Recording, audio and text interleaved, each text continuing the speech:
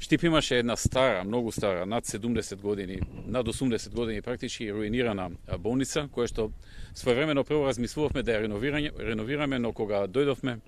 тука, кога на лице место дојдов, сватив дека заедно со тогашниот министер дека невозможно е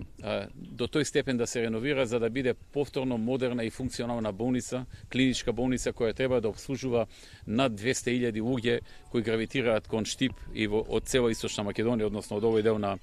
Источна Македонија. Тогаш одлучивме да се фокусираме на градба на нов објект. И заедно со министерот за здравство, господин Тодоров, се започнаа сите подготовки најпрвин да се изнедат средства и да се направат проектите, што се заврши,